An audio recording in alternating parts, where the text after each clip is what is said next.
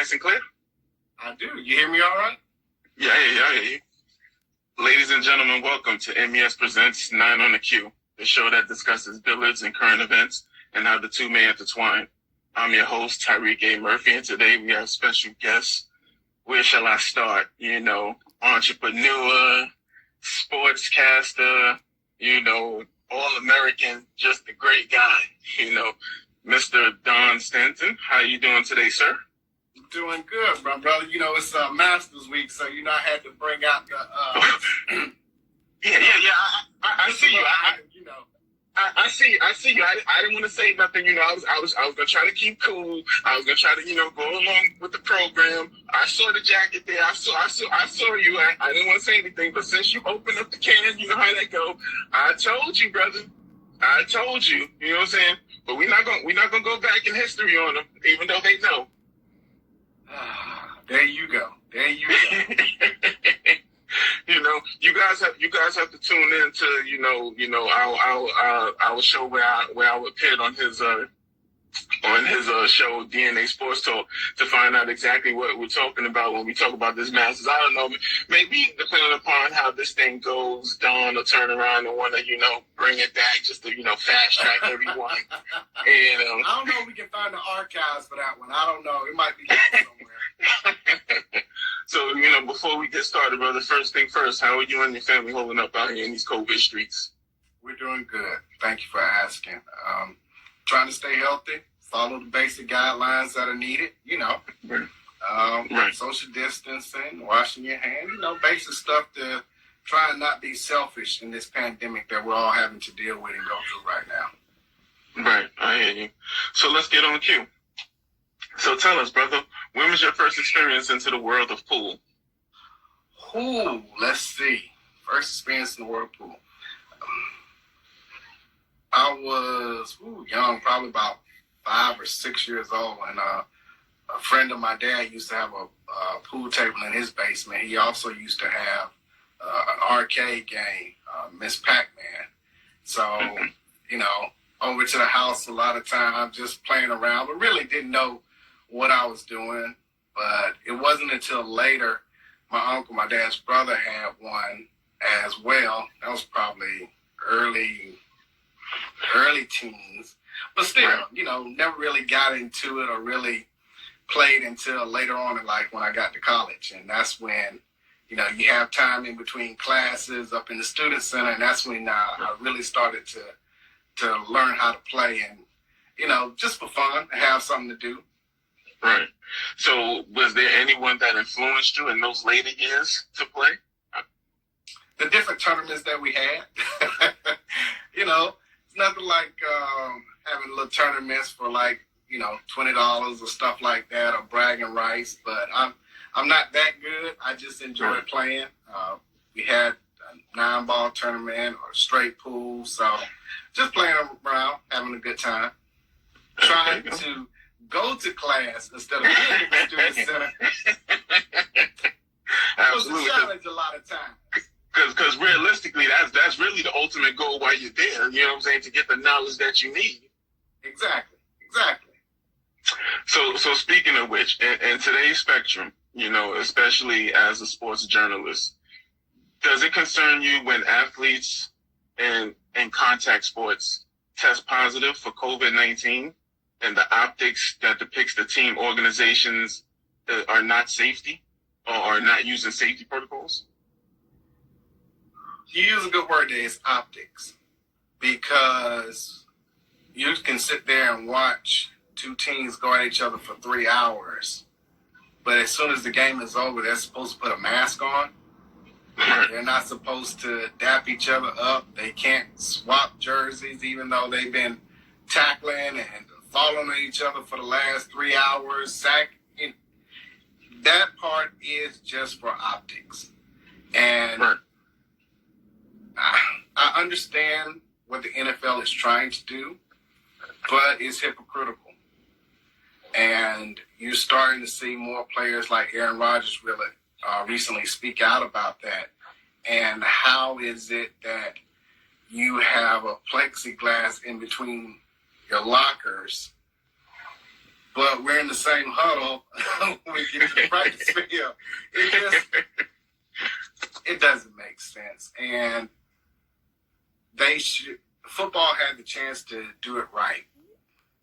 They were the last sport that knew what was about to take place. And they could have been the ones that set the tone on how things were to proceed and how to have a safe environment during this pandemic if you're going to play. Right. So again, it's optics. What do you think about, the way Cam Newton recovered, because he himself tested positive a couple of weeks back, and he missed a couple of games for the Patriots. So what's your take on that? That's the other thing too. I'm not sure that we know, and I don't think the athletes understand how it affects each and every one of them differently. And maybe Cam's bad play is because of some type of lingering effects from that. And it's obviously due to not being able to practice, because usually when somebody tests, they shut the facilities down, and then you go to a virtual like we're doing now, having to go over the playbook and do things in that nature. And that totally throws things off, because when you haven't had an off season with a new team, a new coach, new coordinator, you need as many practice and reps as you can get. And having that cut into that time as well as during the week really affects getting to know the players and getting on the same page. And looking at the other players who have had it, health obviously plays a huge role in it. We're always hearing about if you have some underlying conditions, all of this is going to affect how a player plays. And I can understand why a lot of them chose to sit out before all of this was decided upon. They had the option to sign an agreement saying they would sit out. They would still get pretty much their salary. But if you were concerned about not only your health but your family's health, then you sat out. Right. So as a bonus question, yourself as a sports journalist, do you yourself have, fears of interviewing and coming in close quarters with just athletes, period, especially as it pertains to whether they are or are not, positive or in any way in any infectious areas? Yes. For the show, anybody that we've had on the show has been over the phone as opposed to coming into the studio. And even in normally covering different leagues and different players, everything has been done virtually. The Atlanta Hawks are about to start up, and it looks like they'll do the same thing that the Dream have done, is to conduct interviews post-game, pre-game through Zoom. So a lot of the organizations have taken it upon themselves to decide how they will handle media, and even NASCAR. I was on a couple of Zoom meetings with them as opposed to being at the track. Right. Okay. So switching gears a little bit, with the Black community calling for systematic reform and budget reallocations across the nation, yourself as a Black man, as a father, and as an entrepreneur, what do you think should be government officials' essential priority? The government is going to do what's in the best interest of the government. And as someone who is Black, the best thing I can do is do the best thing for me and my family. A lot of times, some people get so upset or so enamored as to what one particular side is doing as opposed to the other. And you gotta be down the middle of the road and making sure that your focus is on you and your family, no matter what decisions are made, because none of them will be in the best interest of you, sad to say. Okay, and keeping that component going, as you said, in regards to yourself and your family, as a result of the cases like Breonna Taylor and Rashard Brooks there in ATL, does that give you an extra sense to protect yourself and the Black females within your life? And would the Second Amendment be an option? if you're already protecting yourself, you don't have to get ready to protect yourself. Now, in regards to the Second Amendment, that's upon each and every individual. I'm not going to personally say just in case somebody run up on me and try and take my $2. He's got the money like you do. He's downplaying y'all. He's downplaying y'all. Fully well, it's a couple of commas behind that. I'm trying to be like him. I mean, he got about maybe 4 or 5 commas. I'm trying to get to my second. I understand. That's what we doing. That's what we doing right now. Yeah, that's what we're gonna do. That's what we're gonna do right now. It's not like we face to face where we can turn around and you can really put the screws to me. Then I have to I have to do what with somebody who we know can do. I have to concede. Shots fired. Shots fired. You know what I'm saying? Yeah. But yeah, I mean, my level of concern and what I've done hasn't changed in that regard. Right.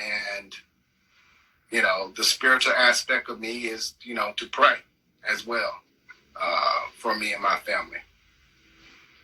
Okay. So tell us, what was the inspiration behind formulating DNA Sports Talk? So going on 8 years, it's amazing how 8 years in December, we would have been on air. Me and Asa Brown, that's the D and the A. We were always talking about sports. And we would joke about one of our places being bugged because a lot of times we would sit up and watch TV and be talking about the game. And then 2 seconds later, an analyst or commentator says the exact same thing. And it was to the point where, we should have a show really this easy. It can't be this hard to do. And a mutual friend of ours, Demetrius, was doing internet radio as a DJ. And Asa saw him at one music fest in September of 2012. And, hey, how you get back here? How you get this backstage pass? What you doing? And he told us that he was at an internet radio station, which was Smash Mouth FM. And we asked if they had a sports show. He said no, so we emailed the owner, and he, asked, will we provide a name, kind of a format, and when we wanted to start. And literally in a day's time, we put together the name, the logo, the colors, the format, how we were going to do things. And it just, I guess because we had always talked about it, just all fell into place. Right. And that's how we started. And we started on internet radio. And after doing it 3 or 4 weeks, we were doing it out of Demetrius' basement. And then we moved to my kitchen table. And literally, that is the gift and the curse, because you're learning everything and having to do everything yourself. But it prepared us for being mobile and being able to do shows anywhere and to do tailgates and things of that nature. And then finally we were able to go to a brick and mortar place of 1570 AM and 1100 AM. We were doing 2 nights a week, Monday and Wednesday. And then we moved it to just Monday nights because it was easier for people to come in. You've been to the studio. It's easier for people to get to that particular studio. And we chose Monday night because we wanted to be the last word before Monday Night Football. Mm-hmm. Everybody watched Monday Night Football. So 7 to 8 was the slot that we chose. And then, of course, after time, it goes to 7 to 8:15 to 8:30, and then now we're 7 to 9 o'clock. It's all about expanding. It's all about expanding. It's all about expanding, yeah. I'm just saying, I gotta take my message, Jack. I'm sharing this DJ. Yeah, y'all go on and zoom in real tight there. Make sure that they see that there. Yeah. So I know you had to sweat in the vest and everything, so I had to come prepared tonight. Absolutely, I appreciate you, brother. I appreciate you. I mean, I'm not gonna say nothing. I don't recall getting a DNA, T-shirt or hat or anything of that nature. I mean, I'm not saying anything. I'm just telling you what the streets told me. Here we go. Who needs enemies? That's all I'm gonna say. Who needs enemies at this point? With friends like this, boy. Right. I mean, listen. You know how we do every time we link up, man. We got to talk about these things. I tell you, we're just bringing the world into our conversation. Hey, next time you come down, or you send me a shirt, and we'll put the logo on it. Yeah, for sure. I'll do that. Matter of fact, I'm working. I was actually speaking to Ashley, you know, who when I was down there, who we was talking to, and I'm trying to work something out where I'm trying to get down there, hopefully before January.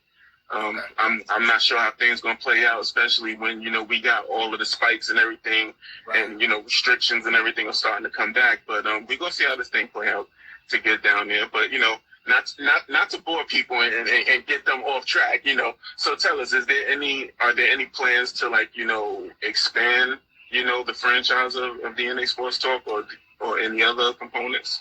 That's always the case. We, of course, are doing an AM station. We currently are on DeKalb TV 23, which is local here, Xfinity Channel 23. And we're trying to partner with another app that's going to be on Roku. Okay. Don't want to put it out there just yet because... Yeah, absolutely. I hear you. Still in the works, but we're working on doing that because we're trying to not only have the audio, but also the visual of the show, and be able to put that out on many different platforms. Okay. Yeah, I'm definitely taking notes, man. You know, I had to see what he don't want to tell everyone is that I had to speak to him a couple of weeks ago, and I had to ask him some information, like, you know, what's the RSS feed and all this other good stuff, you know. See, right. you see how you know, so he knows exactly what I'm talking about. By the way, I mean, since everybody's listening to our conversation, I mean, no, I'm still working on getting that, because like I was telling you, and like I'm just gonna tell everybody, I was trying to take the show and get it onto the iHeart platform. So that's one of the things that I'm working on behind the scenes. So, you know, my brother here, you know, gave me some information to, you know, to run with. So I'm still in the process of running with that, along with all of the other things that I'm working on. So bottom line, he's gonna have the 7 o'clock. I'm gonna come through at about 8 o'clock. You know, we're gonna hit you with that prime time lineup, and then, you know, we're just gonna slide off after that. Exactly, because that was the thing. It took us a while before we could get. We were on using Spreaker and able to push stuff through there to like Google Podcasts, and now we've been able to do Spotify and iTunes. iTunes took a while, and then iHeartRadio. So any of the podcast platforms that you like to listen to, just type in DNA Sports Talk, all one word, and it's there. Right. So coming back, with major sports being on restrictions, you know, especially as a result of COVID, do you think Billiards have an opportunity to return to sports broadcasting? And would you watch? Or rather, would you call a game? Oh, definitely call a game. You know, your grandfather being the first and only black to be in the Billiards Hall of Fame, there is one other gentleman who was nominated, Okinawa Slim. And we had talked about putting something together to broadcast, but of course the pandemic kind of took over, and so all that's, of course, on the, you know, the back burner for now. Still gonna get to it at some point, but we were definitely going to put together something, a billiards type, either a tournament or a charity fundraiser, and be able to broadcast and, you know, provide people with a chance to visually see and experience billiards. But I think that it has a chance of coming back and being on TV because you can keep people socially distanced. And if you can put cornhole on TV, then you might as well put billiards on TV. Let's just call it like it is. Yeah, absolutely. So what's one technique, you know, that you use in sportcasting that you could utilize in billiards?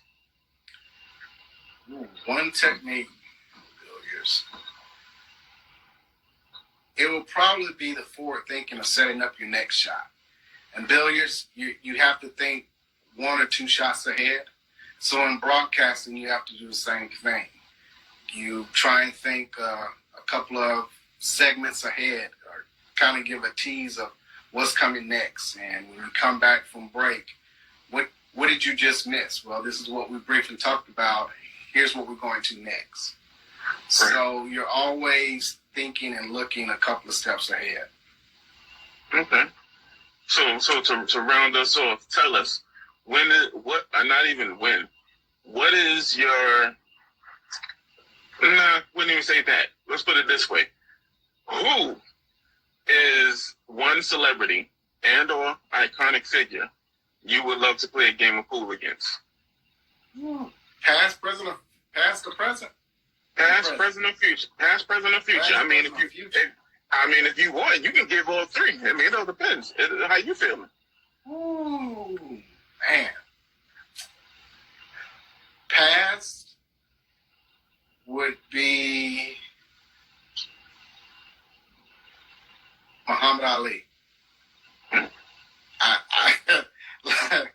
That would just probably be the most entertaining 6 hours that I could imagine. Because just from a historical standpoint of what all he went through and everything that he stood for, and just like, where does all this come from when you're talking, and how you can be such an entertainer would be incredible to be around. Present, it sounds like I'm being like Jim Gray now, talking to goats on the book. You know, I would say Michael Jordan would be someone I would want to talk to, kind of in a roundabout way, interview, and try and pick his brain as to what drove him. I want the behind the scenes of The Last Dance. I saw that, but I want to know the things that were on the cutting board that never made it, or his real thoughts. Right. And, a lot has been made about Isaiah, what he said lately. I want to know, hey, did you hear what Isaiah said? How do you feel now? Right. So those type of things. And I can tell you right now, you're definitely going to need a cigar. You're definitely going to need a cigar because, he like to fire up the big boys. He can have that, but he can pass that, what's his tequila? Cinco? He can bring 2 bottles of that. One for me and one for me. Exactly. One for while we playing and one to take home. Right. And did you have one for the future, or was that just those 2? Future. Who would future be? Well, I mean, future would be yourself, since you've been kind of scared to make this happen and not want to play or anything. So wow, I'm scared now. That's the word we're gonna use when amongst 2 friends. Scared? Oh wow. Okay. All right. I'm just saying, brother. I'm just saying. I mean, I hear what's going on. I hear what you're saying. I'm just so saying. Let me stop. You got to at least spot me. You got to at least spot me a little bit. Absolutely. Now the crazy thing about this, at this point in time, you're definitely gonna have to take a number, because you are like number maybe 3 or 4. You got Representative Joel Jones that wants to play me. You got CEO Nicole Pringle who wants to play me, and then I think it was somebody else. It'll come to me, and then yourself. So I mean, I see what's going on out here. I don't mind waiting. It's future. Okay. It's future. I don't mind. All right. There's nothing wrong with that. Okay. All right. There's nothing wrong with that. We can make that happen. Like I said, you gotta take that number. We're gonna make that happen. So tell us, brother, is there anything that's going on with you? With any other ventures or anything related to DNA Sports Talk that we should be on the lookout for, or that you can mention at this time? Like I mentioned earlier, we're working on a new app. Shout out to Asa. I see him in there. Working on a new platform to continue to push DNA Sports Talk, not only just through audio, but also visual, to try and reach as many platforms as we can, to be a household name, to where when you see the logo, you automatically know who and what we are and what we represent. And by any means necessary. Absolutely. I hear you. So do you have any final thoughts or any words that you want to convey? Make sure you follow DNA Sports Talk on all our social media platforms, Instagram, Twitter, Facebook, Snapchat, Periscope, because we're on Monday nights from 7 to 9 p.m. Eastern Standard Time. And go to DNASportsTalk.com. That gives you all the information you need. And once again, any platform or podcast platform that you listen to, just search DNA Sports Talk and you'll be able to find it. Nice. And when you guys go on that platform, make sure that you search the archives because they're there. And then, because I know he just wasn't going to think I was just going to let that slide. Absolutely not. Let the check the archives, and then you'll understand why he's so, how should I say, excited about wearing the Masters jacket. We're gonna give him some time to put it back on. Let everybody see that. Yeah, that's right. Yeah, we see it. But I want to thank you a lot, brother. Appreciate you, stopping by with us and everything that you got going on. And we're going to talk, brother. Thank you. I appreciate you. It's an honor and a privilege to sit down and speak with you. I mean, it only took like 4 years, but I mean, like I said, I can wait. I'm patient. It's patient. Patience is a virtue. So we're gonna drop time frames in front of everybody. Oh, so you just out here talking crazy in front of the company, huh? 4 years, give or take a day or two. I mean, I was preparing for pre-COVID. Oh, right. Yeah, that's it. Okay, we're gonna talk about it. All right, brother. I appreciate you stopping by. We definitely gonna talk. Appreciate you, brother. All right, take care. See you. Peace.